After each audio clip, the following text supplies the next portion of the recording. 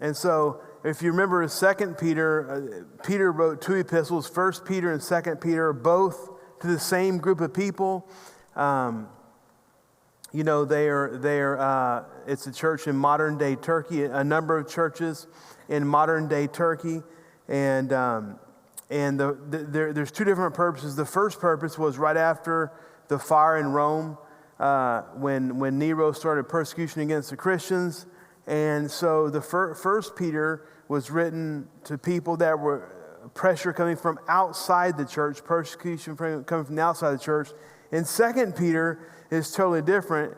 He's dealing with pressure or persecution coming from within the church. And the whole of 2 Peter, it's really about these false teachers and these people that are causing problems in the church. So in chapter 2, which we've broken down into 3 parts, and the first part is this: the sin of the false prophets. And it lists the sins like immorality, greed, all these things. And so we looked at that. And of course, all of these lessons are on a YouTube channel. You can go back and watch that. And the second thing we talked about last time we were here, we've had 2 guest speakers last few weeks, but the fate of the wicked and the rescue of the righteous. That's a great lesson. It listed Noah and it listed Lot, and basically how no matter where we are, our God is able to lift the righteous out from among the wicked and put them in safe place. And so no matter what happens in our life, our God is able to do that. And then today we're going to talk about the description of evil working through humanity. And, I think it's very clear when we see so many things happening today that, it's more than just some people get off track. There's good and there's evil. And now, again, this is written to a group of churches about people in their church. You ever been in one of those churches? That was a joke. I think I have been there before, though. So anyway, I was in the military. And when I was in the military, me and my friend, he said, "Hey, let's go to church." And we were on a rapid deployment unit, so we were always flying out, and we were never there for like a month in a row. And he said, "You know what? There's a church right across our quad. Our barracks had a quad, and walk right across this field. Like it's about at Old Richmond. There's a church right there."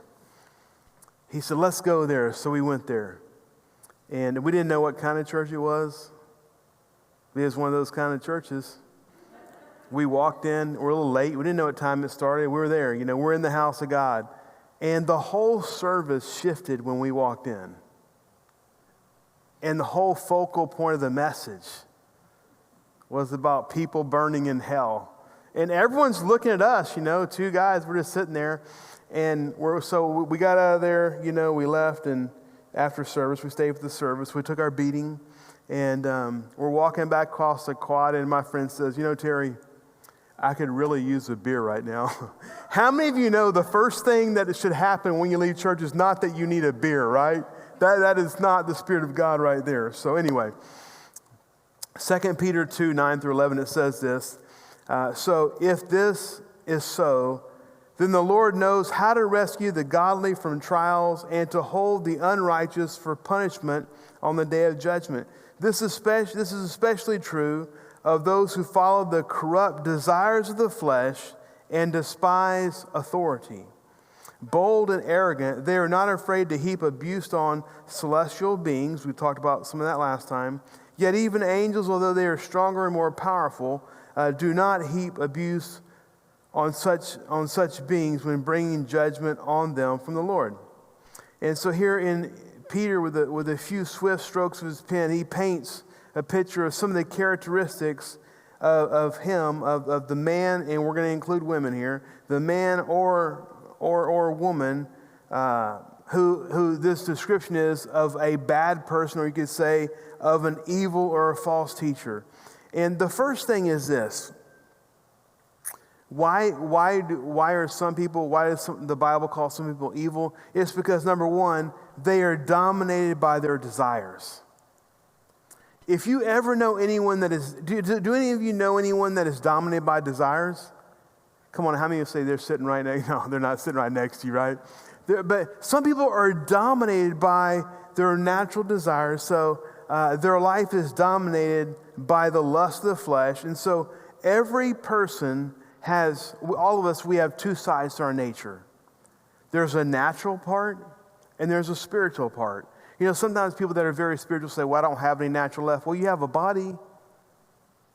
You have feelings. You have emotions. You had a bad attitude last week. Look, well, how'd you know? I talked to your wife. No, I don't know. I mean, but there's a natural and there's a spiritual. So, again, we have a physical side. The physical side, there's instincts, there's passion, there's impulses. And these really, this is the same thing that the animal kingdom has. Okay? What separates us is we have the Spirit of God, or we can't have the Spirit of God in us. So, again, these instincts, our passions, our desires, they can be a very good thing. As a matter of fact, you will never even grow in your walk with the Lord if you don't have a desire to grow. So desires are not a bad thing. It's when they get out of proportion. See, the problem is we have natural and spiritual, and if they become out of proportion, if you become all natural and there's no spiritual, that's a problem.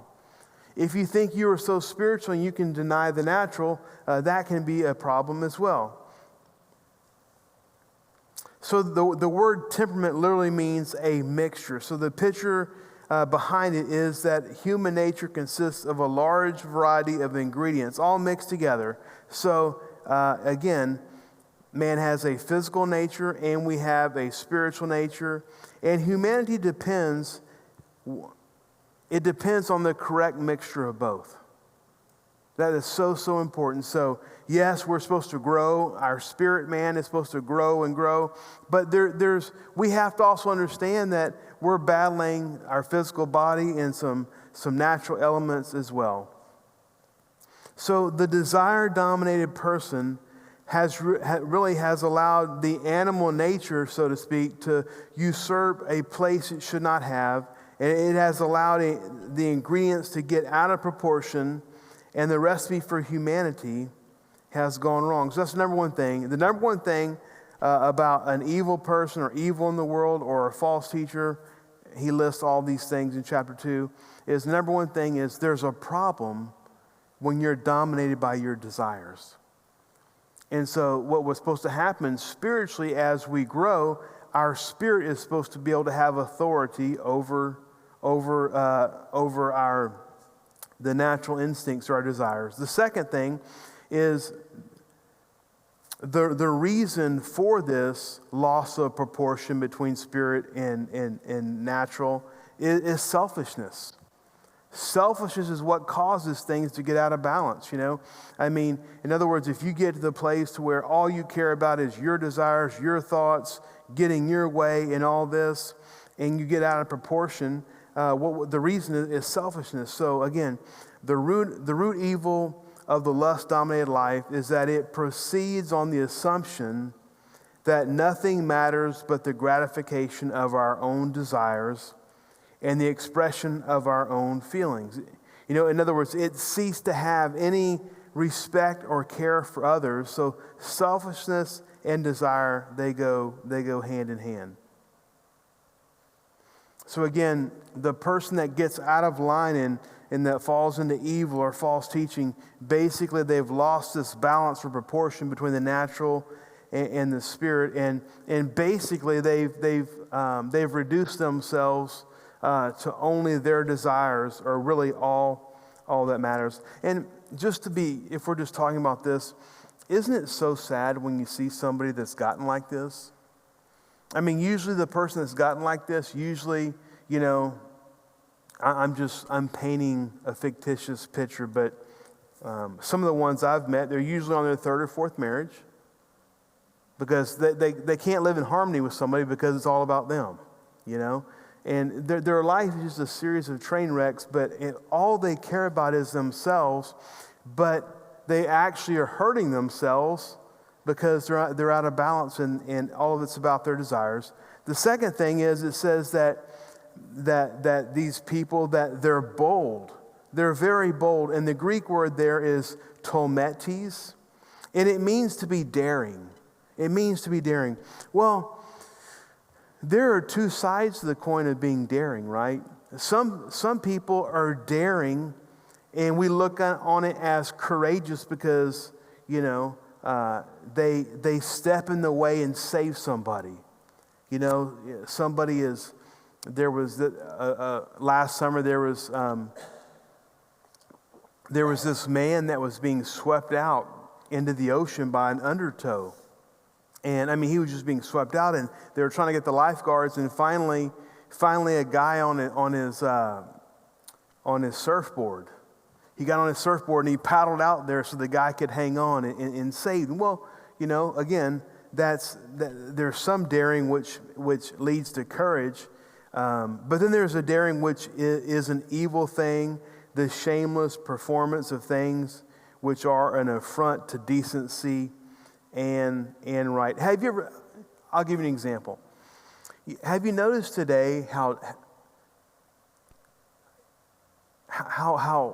bold people are with their sin? Like used to, they would be kind of shameful of it. I'll give you an example. So I'm in college one day. We're at the cafeteria, and this guy I'm with, he just like starts collecting plates.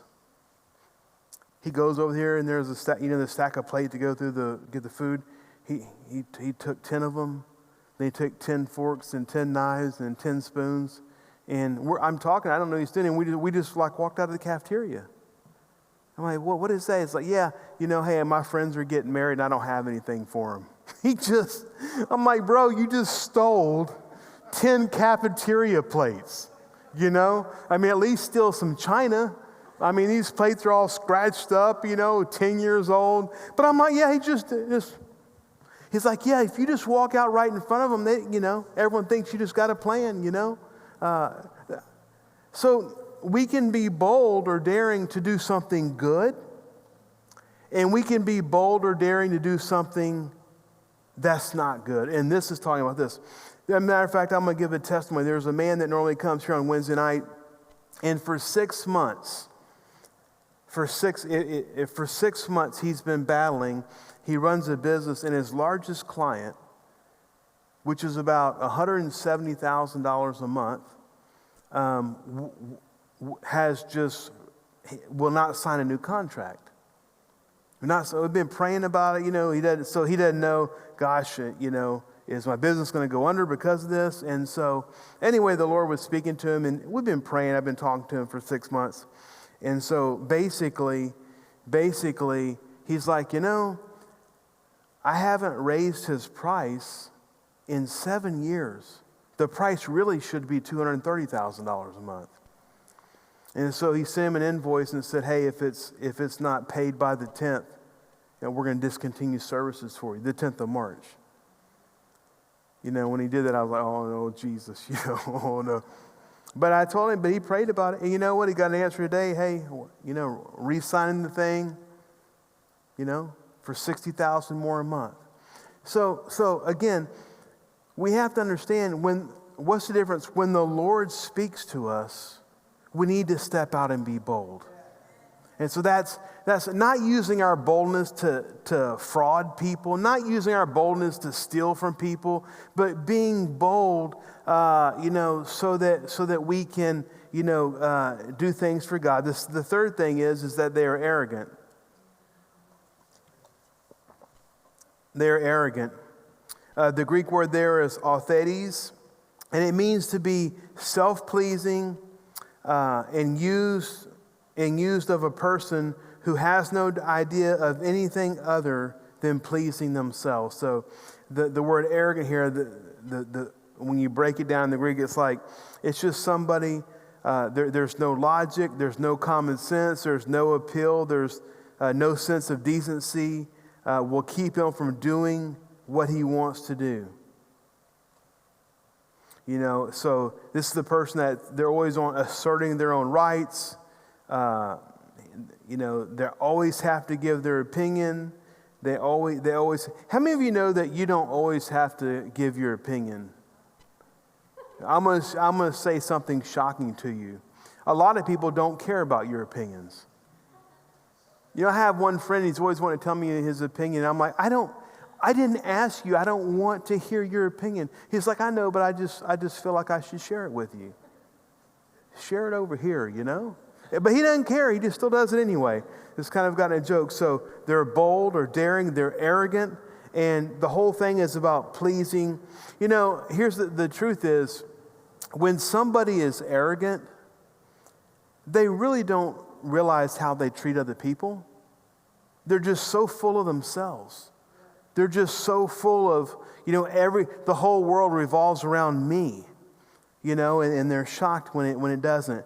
The fourth thing is that they despise authority.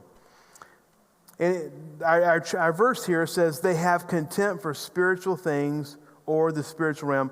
And the idea was that they rebuke celestial beings, or one translation says they rebuke angels. And the last time we talked about, remember when the angels and the devil were warring over the body of Moses.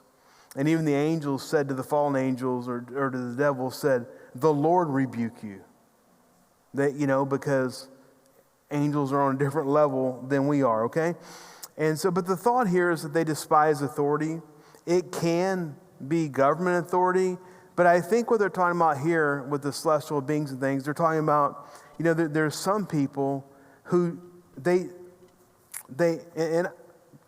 and I was talking about this today. I really believe there's a lot of people that don't know what they believe. Some people, that there may be a God, there may not, we're not sure. Some people don't believe in God. But then there's a group of what I call the God haters. And the God haters are the ones who, it's not just good enough for you to say that there's not a God. They have enmity, they have hatred toward that. And on every person I know like that, something happened early in their life, and they just have hatred. Some of them, like for example, there was one certain church that had all these priests all these priests abuse people and things, and some of those, they become God haters because, wow, how could a man of God do that to me? Thinking that they represent God. So to this person, he despises spiritual authority. And to him, the spiritual world doesn't even exist. There's only the natural world. There is no heaven, and they're just blind and deaf to the sights and sounds of heaven to break through from him. And, Paul talked about this in 1 Corinthians 2:14-16.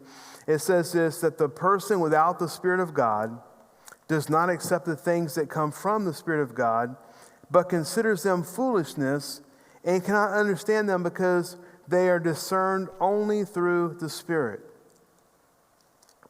The person with the Spirit makes judgments about all things, but such a person is not subject to merely human judgments, for who has known the mind of the Lord so as to instruct him?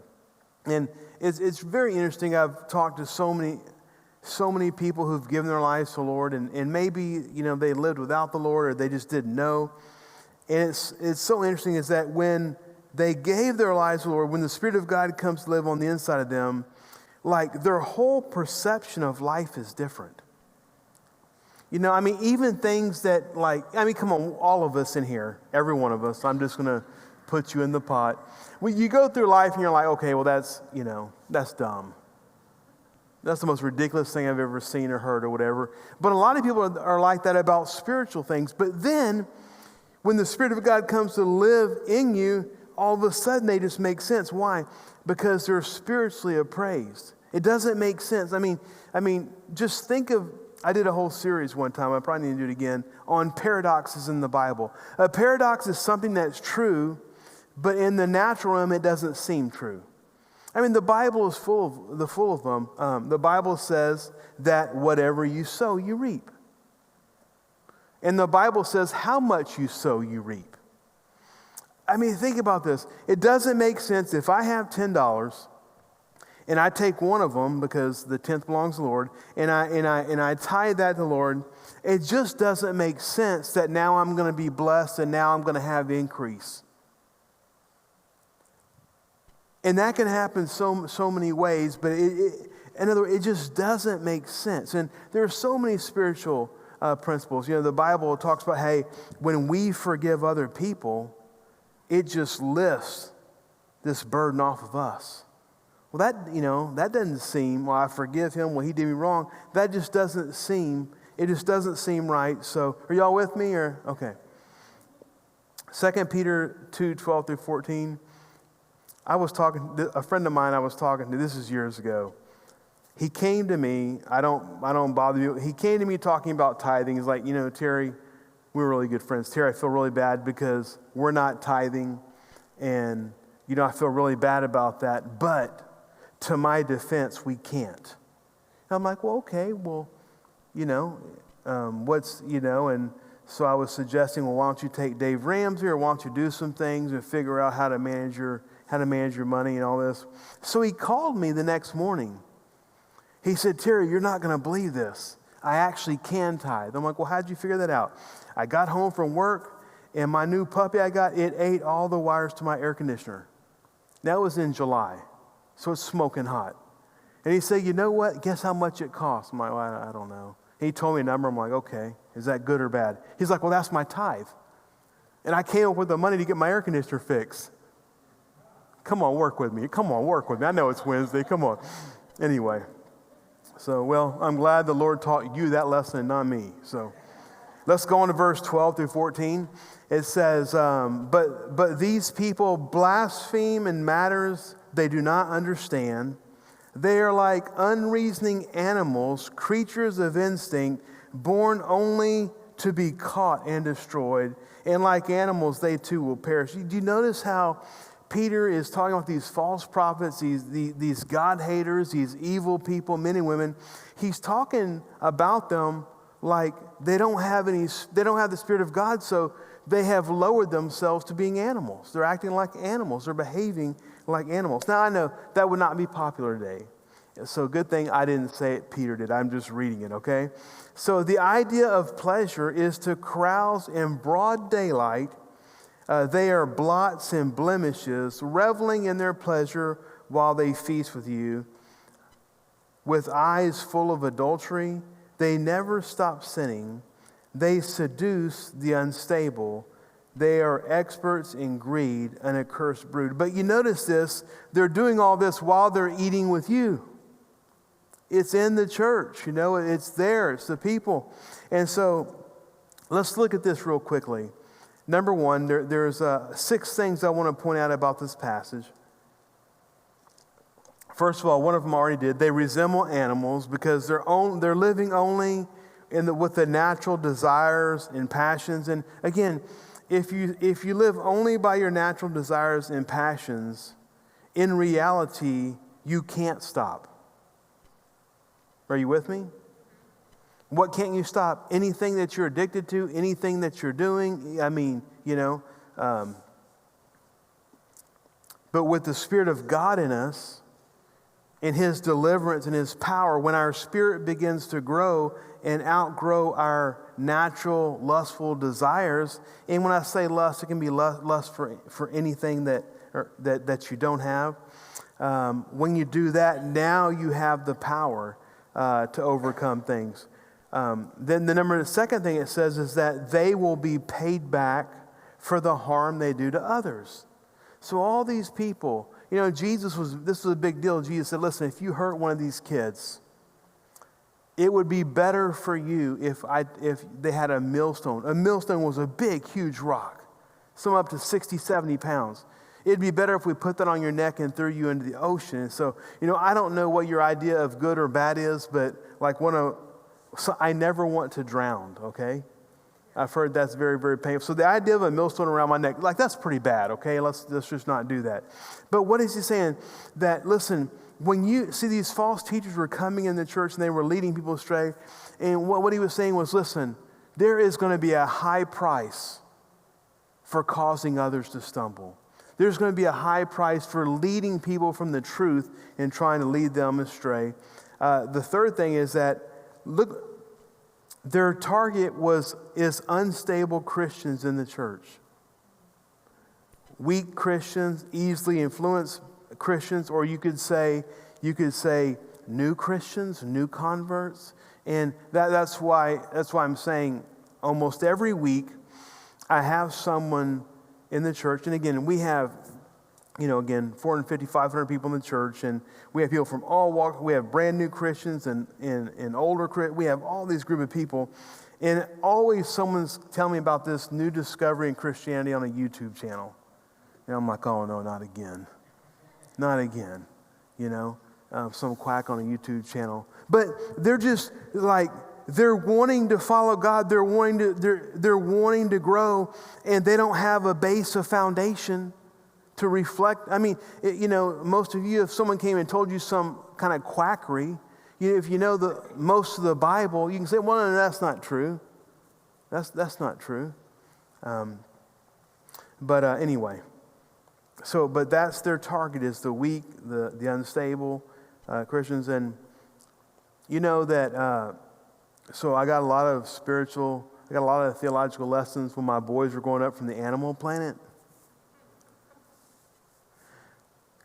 And when lions and cheetahs, when they're chasing a pack of animals, let's take zebras for an example. Zebras. So, if they're in the group together, the lions actually they never take one out of the herd, because all those lions going up and down and running, it makes them dizzy. Which zebra do they get, or which gazelle do they get, or which buffalo do they get? They get the one that's usually can't keep up with the flock. They're weak.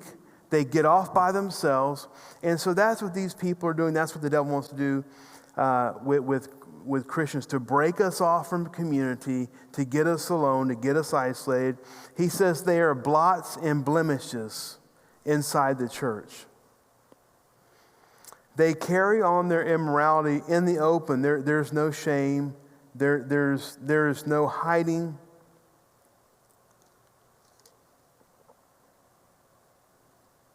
And they are fueled by greed. It's all about personal gain for them. Let's go to verse 15 and 16. It says, They have left the straight way and wandered off to follow the way of Balaam, son of Bezer, who loved the wages of wickedness, but he was rebuked for his wrongdoing by a donkey, an animal without speech, who spoke with a human voice and restrained the prophet's madness. It's very interesting. So if you've been reading your Bible through, I read my Bible through every year on top of the different studies. So most of you are probably in Deuteronomy or something right now if you start in January. But anyway, in Numbers 22, there is just a unique story. Some of the stories in the Bible, have you ever read a story in the Bible and you're like, man, I don't know if this character is good or bad? Like, you know what it is? They're probably both, good and bad. So there's this story. So the children of Israel are coming up, and there's about 3 million of them. And so this one king, his name is Balak, and he's like, man, you know what? I got to get a prophet to curse them. And so he sends an entourage to go to Balaam. So evidently Balaam is known for hearing the voice of the Lord, which shows you another thing. Not everyone who hears the voice of the Lord can be trusted. Not everyone that hears the voice of the Lord or says something spiritual has your best intentions. And so he comes to Balaam, and God told him not to go. And he said, I cannot go with you. God told me not to go with you. Those people are blessed. So Balak sends more important people with more money. And I believe the third time, so Balaam says, okay, well, I need to pray about this again. Now, God told you no, but now there's all this cash on the table. So, let me pray about it. That's a big tithe, right? So come on. If I had an offering for every time someone asked me if they can, if they can win the lottery and tithe and all that, that would be another thing, So anyway, So the story is God tells Balaam, okay, you go, but only say what I tell you to say.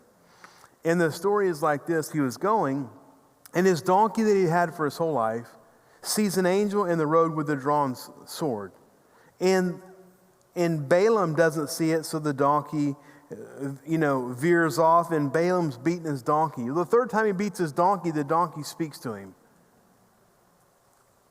Now that's the thing. A prophet is going to speak, but his donkey saw more than he did.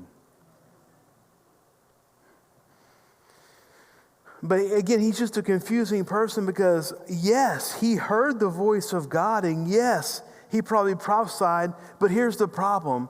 In the end, he cared more about financial gain than he did obeying the Lord. That's just the bottom line, and so very important. All right, we're going to end in about 5 minutes and take communion. Let me go 2 Peter 2, 17 through 22. We're going to finish chapter 2. In these verses, it says this: these people, talking about these false teachers, these evil people, they are springs without water,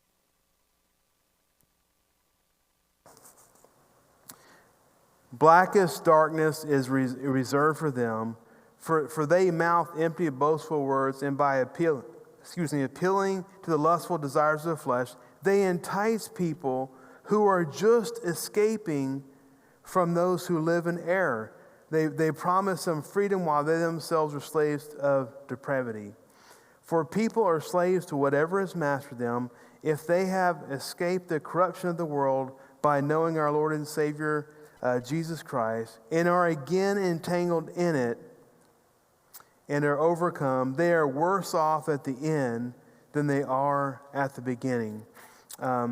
It would have been better for them not to have known the way of righteousness than to have known it and to turn their backs on the sacred command that was passed on to them. Of them the prophets are true, as a dog returns to its vomit, or as a sow that is washed returns to her wallowing in the mud. Beautiful pictures. That's, of course, quoted from Proverbs 26:11. So it says that basically they entice the unstable or baby Christians. Hey, I know you've heard this message, but this is what the Judaizers and different people did. They say, that's part of it, but we've got to add more to it. Yeah, the Jesus, that's good. We've got to add the study of the stars and angels and all this kind of stuff. Isn't that quite interesting? If we leave the world and we fall back into it, we're worse off than if we had never known Christ. That's a tough thing. And by the way, I'll give an update. The young man, Jaden, Iwajunwa, who is battling cancer. I was at the hospital with him. He had a brain tumor. He had 5 tumors in his brain, on his spine in November. I was with them on Monday. They finished radiation, and they did surgery to finish radiation, and I went there and with them. She wanted me to be there when they explained, and there's basically no evidence of cancer. And there's one little bitty dot. And so her thought was, well, then why do you want us can we not do the chemotherapy? And then he's like, no. He's like, look, it's been proven, these 3 things in the chemotherapy, that it will prevent it from coming back. And it is what the doctor said. Anytime you beat a cancer and it comes back, it's twice as bad. If it comes back, we do not want it to come back. So we are going to do everything right now to keep you safe so you can live a long and happy life. And isn't that the same thing? So basically the thing is, when we come to the Lord out of our sin, and if we ever lose our joy of Christianity, if we ever lose our thankfulness for God saving us and delivering us, and if we return, and what they use is, as a dog returns to his vomit, or a sow that's been washed goes wallow in the mud. That's what it looks like to God when someone who has come out of the world, then all of a sudden they want to go back. They've been washed with the water of the word. They've been, washed in the waters of baptism. They've been regenerated, and now they're going to go back over here. And It's just really a dangerous place to be.